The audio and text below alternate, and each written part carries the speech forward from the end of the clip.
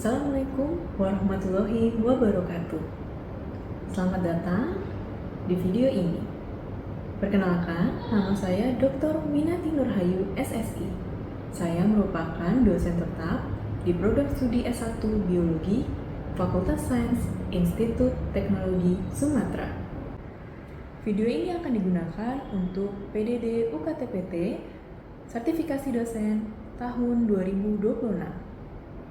Saya akan menjelaskan mata kuliah Biologi Manusia. Mata kuliah ini ditujukan untuk mahasiswa semester 7 dan mata kuliah ini merupakan mata kuliah pilihan. Mata kuliah ini sudah mengikuti Outcome Based Learning atau OBE. Metode pengajaran yang akan dilakukan yaitu delivery, interaction, dan assessment. Delivery yaitu pengajaran akan dilakukan secara tatap muka. Interaction, mahasiswa akan diajak untuk mengobservasi peristiwa yang ada di lingkungan dan mengkaitkan dengan fenomena biologi. Assessment akan dilakukan sistem penilaian yang terbuka untuk mahasiswa. Deskripsi mata kuliah Biologi Manusia ini merupakan disiplin ilmu yang mempelajari tentang kehidupan manusia dan variasi-variasi hayatinya dalam kerangka evolusi. Untuk memahaminya, dipelajari mengenai sosiologi primata, pertumbuhan, komposisi tubuh, dan antropometri. Jangka reproduksi, kemampuan belajar, adaptasi, dan ekologi manusia, serta migrasi dan mikroevolusinya. Capaian pembelajaran lulusan CPL 07 mampu menyusun pemecahan masalah biologi melalui pendekatan analitis dan teknologi terkait. Capaian pembelajaran mata kuliah CPMK 0701 mahasiswa mampu menganalisis hubungan antara sistem biologis dengan respon adaptasi dan perilaku makhluk hidup dan aplikasinya dalam pemecahan masalah biologis terkait. Untuk sub CPMK, mahasiswa mampu mengkaitkan variasi genetik pada berbagai populasi.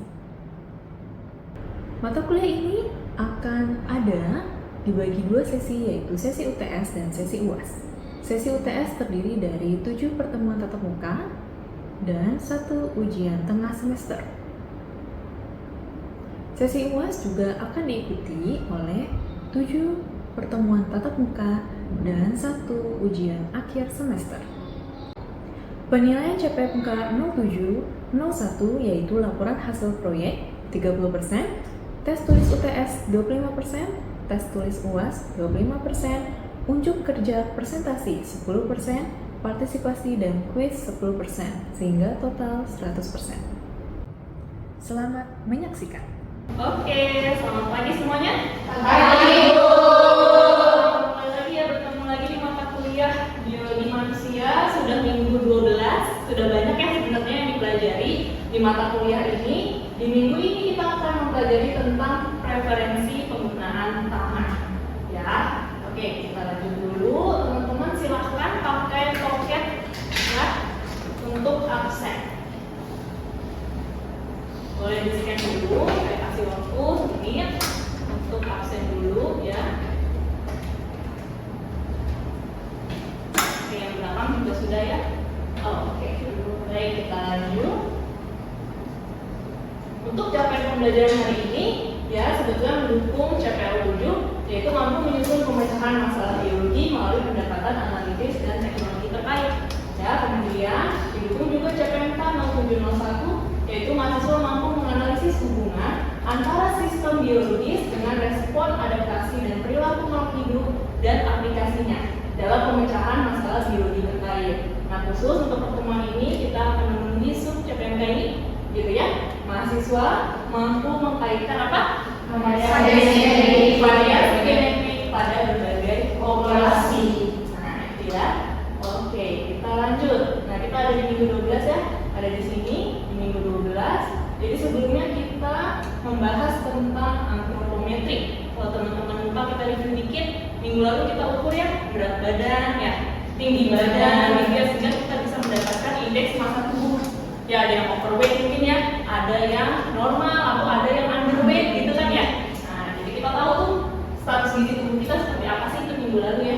Kita masih berkaitan nih untuk minggu ini gitu ya. Coba teman-teman pasangkan telapak tangan kanan dengan kiri, pertemuan ini. Nah ada nggak yang bentuknya beda? Jangan-jangan ada yang jari kirinya lebih pendek, jari kanannya lebih pendek, ada nggak? Sama semua? Sama semua ya. Kalau ada pun nggak apa-apa teman-teman ya. Tapi kita sebagai manusia gitu ya, itu masuk ke dalam makhluk hidup yang simetri. Simetri apa sih? Kalau misalnya kita manusia, bagian tubuh sebelah kanan kita akan sama atau bercermin dengan bagian tubuh sebelah kiri. Gitu ya. Terutama di manusia kita bilangnya simetrinya apa? Bilateral.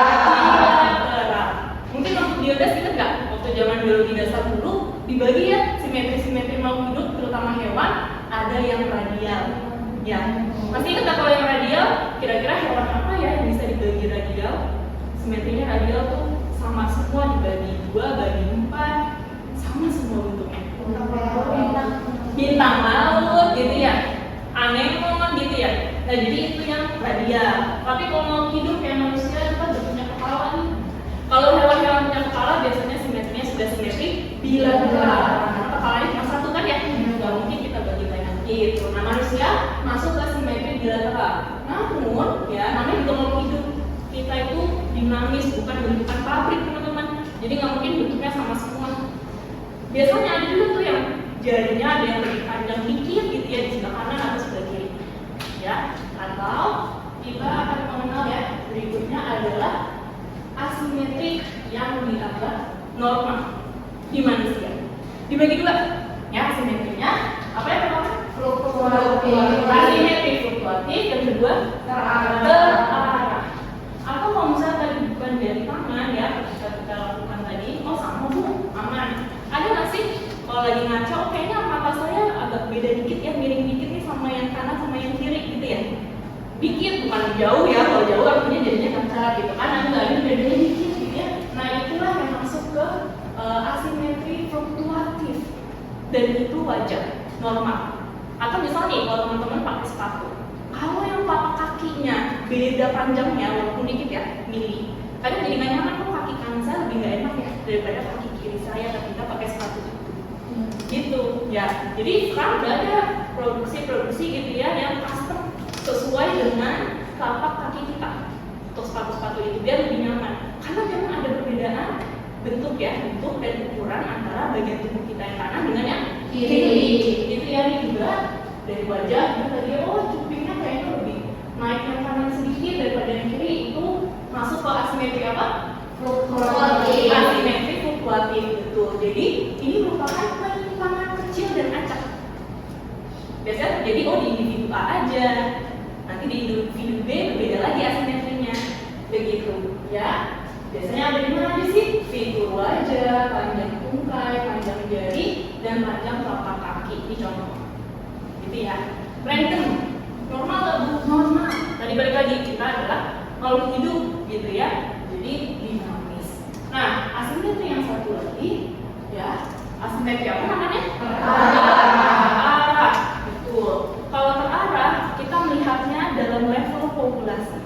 Nah, kalau yang tadi fluktuatif, levelnya individu, gitu ya.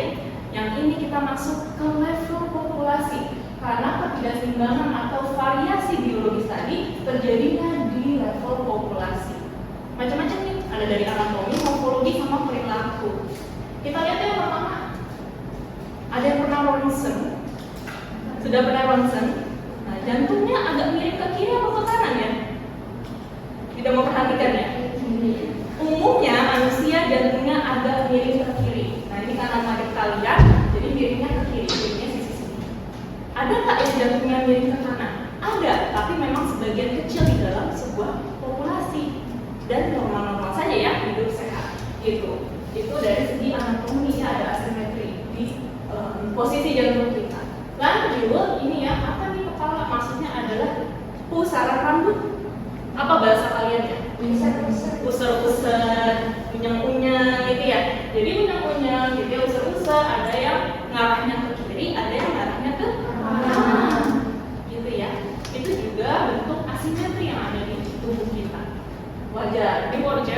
cari ya, biasanya karena rambutnya panjang paling kelihatan di laki-laki ya. Gitu. Nah, satu lagi asimetri terarah yang ada di populasi ternyata muncul di perilaku manusia teman-teman, yaitu preferensi penggunaan tangan. Pernah dengar kata ini? Tidak. Ada nggak? Mungkin di sini tidak ada yang kidal ya? Ada tidak? Tidak. Tapi ada nggak kalian pernah lihat teman kalian, saudara, atau tetangga kalian tidak? Ada ya? Ada ya? Oke, jadi orang kidal masih ada sampai sekarang gitu ya? Oke, baik. Jadi itu kita akan bahas lebih lanjut. Ya, tapi kok tahu tadi temennya kidal? Nah, Karena dia menulisnya di tangan kiri. gimana dia? Karena dia menulisnya di tangan kiri. Menulisnya di tangan kiri. Jadi kalian lihat di salah satu aktivitas gitu ya, oh dia pakai pensilnya di tangan kiri. Oke. Yang lain sama atau ada dari aktivitas yang lain? Makan. Makannya pakai alat atau makan pakai tangan? Pakai alat bisa pakai tangan kiri. Oh, dua-duanya pakai tangan kiri tapi ya. Jadi pakai sendok ya misalnya ya. Makan dengan sendok tapi dia pakai tangan kiri. Jadi kelihatan kalian simpulkan seseorang itu kidal gitu ya. Oke, bisa juga ya. Tapi kalau kita lihat kan di sini misalnya ini siapa? Kalian tuh? Barack Obama. Oke. Dia melambai. Nah, kalau melambai, kalian bisa nggak melambai pakai tangan kiri? Bisa aja kan? Mudah-mudah aja kan? Nah, jadi kegiatan yang kita lihat untuk menentukan seseorang kidal atau tidak harus kegiatan yang kompleks. Tadi gimana kompleks? Pakai alat. Kalau melambai kan nggak pakai alat, gampang aja kan? Bisa kiri, bisa kanan. Tapi kalau pakai alat, oh pensil, oh sendok, gitu kan? Lebih rumit ya. Jadi akan terlihat oh dia biasa berlatih di tangan yang mana sih? Gitu. Ya. Jadi biasanya kita lihat ya aktivitas apa sih yang lebih mudah untuk menentukan tidak atau tidaknya seseorang. Aktivitas kita bisa bagi dua, bimanual dengan unimanual. Apa nih? Gak usah bingung. Manual dalam bahasa Yunani artinya tangan. Nah, kalau bi artinya apa? Dua, betul. Kalau uni artinya satu. Jadi, kalau mau menentukan seorang yang tidak atau tidak, kita tidak bisa melihat dari aktivitas di manual. Contohnya apa? Iya, minum kali sepatu kan pakai dua tangan ya. Kita jadi susah dong nentuin dia preferensinya kanan atau kiri. Tapi mulai ini apa nih? Memotong bawang, mengiris bawang dengan pisau. Kalau tangan yang digunakan bukan tangan yang biasa digunakan, bisa celaka gitu kan ya? Nah, itu jadi lebih lambat gitu kan ngerjainnya. Jadi biasanya kita lihat aktivitas unimanualnya. Kenapa? Nah, ini ya. Jadi kita harus melihat seseorang dari aktivitas harian yang kompleks, ya unimanual. Di sini kan tidak ada yang tidak. Misal, Lucy tiba-tiba kamu ditantang pakai pisau tapi tangan kiri. Nah, bisa mau ya dapat 100.000 gitu kan? Mau gitu kan? Tapi jadi pelan-pelan nggak? Pelan-pelan jadi lama ngerjainnya ya, karena takut terluka. Nah tadi jadi pentingnya tools alat ketika kita melihat seseorang tidak atau tidak di situ. Jadi seseorang itu akan lebih memilih oh mau pakai tangan mana nih yang saya sudah biasa, yang lebih cepat mengerjakan aktivitasnya ya, dan yang lebih hati-hati seperti itu. Ya, itu yang kita sebut dengan preferensi penggunaan tangan atau kalau bahasa Inggrisnya handedness.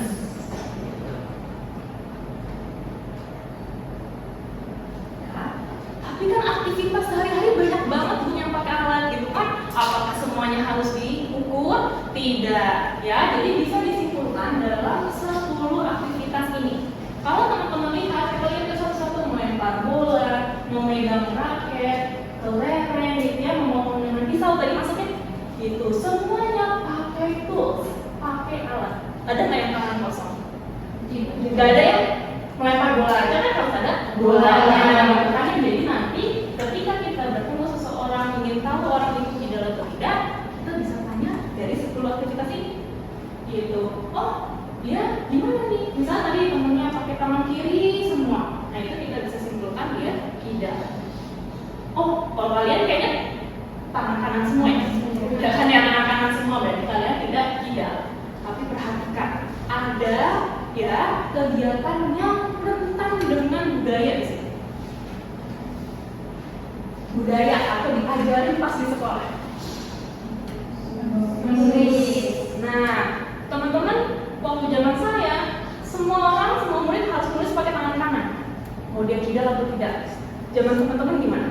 Masih seperti itu? Jadi yang kidal seringkali dia kan tulisnya tangan kiri, dipaksa harus menulis dengan tangan kanan. Akhirnya sampai dia dewasa, dia menulisnya tangan kanan. Tapi ketika ditanya, oh kalau lempar bola gimana, pakai pisau gimana, di aktivitas lain yang nggak rentan dengan budaya, dia tetap suka dengan tangan kiri. Nah jadi kita harus hati-hati juga, ya. Belum tentu orang yang menulis dengan tangan kanan dia tidak kidal. Jangan-jangan dia kidal kalau kita tanya di aktivitasnya lain. Gitu ya. Jadi makanya satu aktivitas kurang, biasanya minimal 10 aktivitas ini yang kita tanyakan. Ya. Oke. Terus selain aktivitas, kalian bisa bayangin nggak teman-teman ya?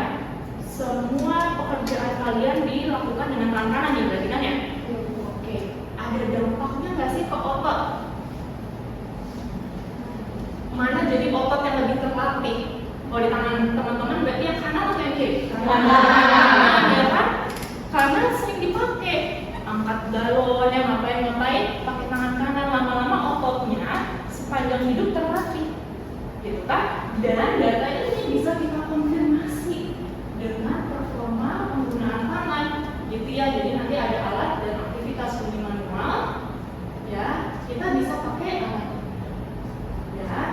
Atau alat ini itu mengukur yang namanya kekuatan genggaman tangan. Karena tadi ketika kalian banyak menggunakan tangan kanan, otot di tangan kanan lebih terlatih, sehingga kekuatannya juga harusnya lebih tinggi di tangan kanan, begitu. Ya, nah kebetulan ini ada alatnya, gitu ya. Siapa mau coba jadi ke depan? Oke, ini dia boleh. Nah ini teman-teman boleh sambil lihat, tapi mendapat kelihatan ya. Tidak tapi ini sederhana. Ini seringkali jadi alat di tempat gym untuk mengukur kekuatan tangan.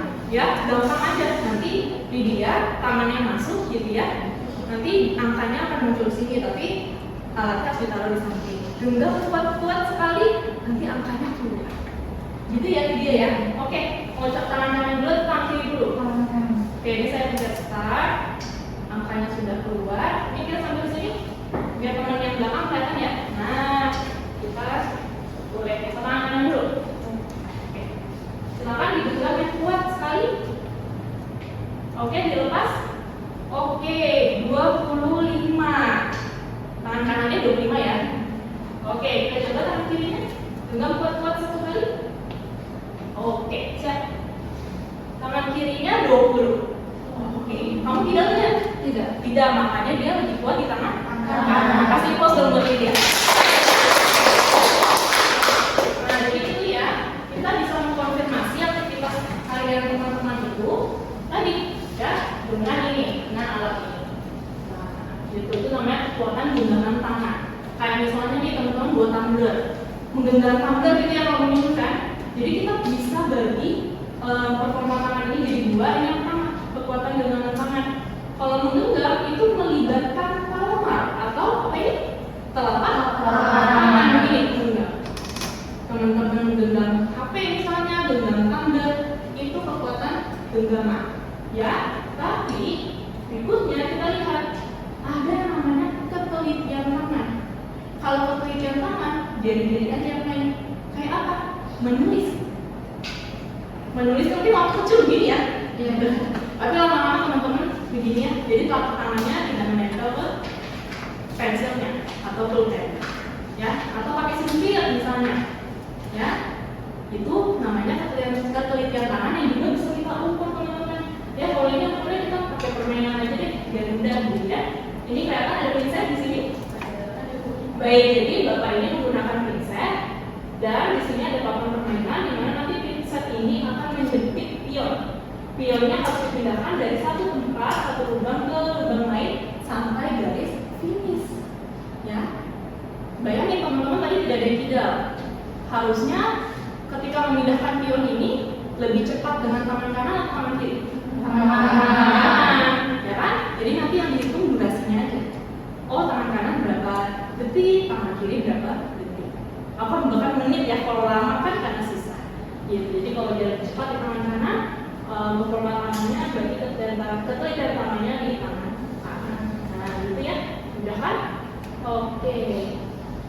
Kita masuk ke bagian akhir perkuliahan nih. Sampai sini ada pertanyaan dulu nggak? Oke, boleh. Untuk izin bertanya, kan kalau menggunakan tangan kiri ini, kira-kira di keluarga itu diwariskan apa tidak ya? Oke, baik. Ya, ini nice question gitu ya. Memang tidak saya masukkan. Apakah penggunaan tangan termasuk tidak atau tidak itu ya diwariskan atau tidak? Nah, ini kita harus lihat. Diwariskan itu bisa secara genetik dan bisa secara nurture atau pengajaran. Karena anak biasanya saat lahir paling dekat dengan ibu, gitu kan? Lalu pengajarannya nanti ketika sudah besar bisa ke ayah dan ibunya. Tapi secara genetik tidak. Sekitar 30% itu diturunkan dengan genetik. Tapi kalau teman-teman sudah lulus kan ya genetika umumnya tidak mengikuti hukum Mendel, itu diwariskannya. Kalau misalnya contoh yang kita bandingkan dengan golongan darah, kalian kan punya dua alel ya golongan darah, alel satu pasti dari ayah, satu dari ibu. Nah kalau tidak, ini tidak melibatkan hanya satu gen yang jadi rumit. Dia ada 46 lokus, jadi bisa saja lokus itu turun ke generasi berikutnya tapi non aktif, sehingga tidak muncul sebagai preferensi penggunaan tangan kiri. Tapi nanti cucunya jangan tidak juga bisa baru muncul cucu atau dicicit, itu bisa. Nah makanya tadi ya, jadi tidak mengikuti hukum Mendel, tapi genetiknya tetap dibawa, gitu ya. Dan itu berkaitan dengan yang ini, ya. Jadi kita belajar bahwa Kidal tadi ya, penggunaan tangan kiri dan tangan kanan itu adalah sifat polimorfisme. Poli artinya banyak, morfisme morfologi, gitu ya. Jadi dia masuk ke polimorfisme ini. Kenapa uniknya adalah kalau teman-teman lihat, jarang kan ya ketemu orang Kidal? Jarang kan ya? Karena di suatu populasi biasanya kurang lebih hanya ada berapa? 10% aja. Di Asia lebih dikit, biasanya 8-9%. Di negara barat biasanya agak lebih tinggi, 11-12%. Tapi nggak akan jauh-jauh, gitu. Nggak ada, sampai saat ini belum ditemukan yang populasi Kidalnya itu lebih banyak, misalnya 90% di suatu populasi tidak ada. Dan itu dari zaman Homo sapiens purba. Menarik ya, jadi sampai kita sekarang di Homo sapiens modern ya, itu dia tetap di angka 10%. Gitu. Nah ini masuk yang kita kenal nanti dengan Darwinian puzzle, gitu ya. Dimana Darwinian puzzle ini merupakan teka-teki evolusi. Harusnya kalau Kidal tadi tidak ada bentuknya, dia punah nggak lama-lama? Dari zaman dulu loh, Homo sapiens kan 250.000 tahun yang lalu ya. Harusnya punah ya, tapi sekarang masih ada ya? Masih. Tidak oke. Jadi harusnya dia punya keuntungan di suatu populasi. Yang tadi dia lebih pintar, lebih cepat adaptif, jago main musik dan lain-lain gitu ya. Jadi kita bukan sebuah penyakit, dia adalah variasi di populasi. Gitu ya. Oke, ada pertanyaan lagi? Cukup jelas? Cukup. Boleh coba sambil di-scan. Ya, ini ada list untuk mengecek teman-teman bagaimana pemahaman untuk hari ini. Silakan ya. Kalau saya sambil pindahkan ya ke background.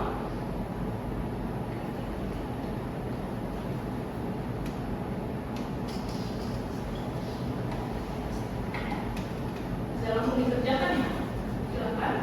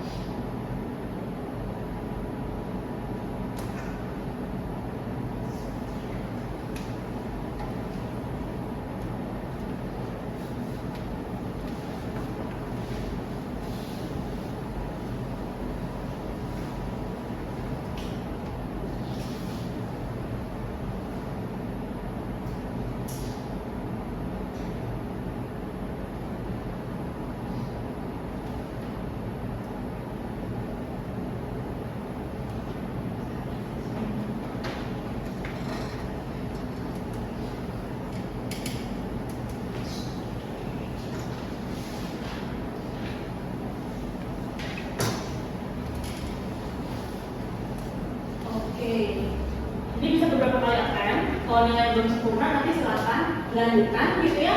Ini sementara leaderboard berikutnya nanti kita lihat di minggu depan ya. Yang pertama siapa ini? Oke, kasih pos buat Otua. Yang lain silakan ya nanti untuk bisa diselesaikan. Nah, untuk tugas ya, kita akan ada tugas sedikit untuk minggu depan. Teman-teman kan di sini ada beberapa orang ya, silakan satu orang mencari satu jurnal gitu ya, terkait persentase orang kidal di dalam suatu populasi. Boleh dari populasi manapun, misalnya negara atau kota, kabupaten, terserah gitu ya. Nanti yang dicermati apa dulu? Cermati metode pengukuran preferensi penggunaan tanahnya, apakah sama dengan yang saya jelaskan atau ada perbedaan, dan bagaimana perbedaan gitu ya. Dan persentase orang kidalnya berapa di dalam populasi tersebut gitu kan. Nanti kita kumpulkan ya di e-learning, kita rangkum semuanya dan akan kita bahas di minggu depan. Berarti silakan kumpulkan sebelum minggu depan, H-1 ya, sebelum kuliah gitu. Oke, di e-learning kita ya mengumpulkan. Itu saja. Apakah ada pertanyaan dulu sebelum kita tutup? Sudah cukup jelas? Cukup. Oke, kalau sudah cukup jelas, terima kasih ya sudah hadir kuliah hari ini. Mohon dikerjakan tugasnya. Saya tutup. Assalamualaikum warahmatullahi wabarakatuh. Waalaikumsalam warahmatullahi wabarakatuh. Terima kasih, Bu.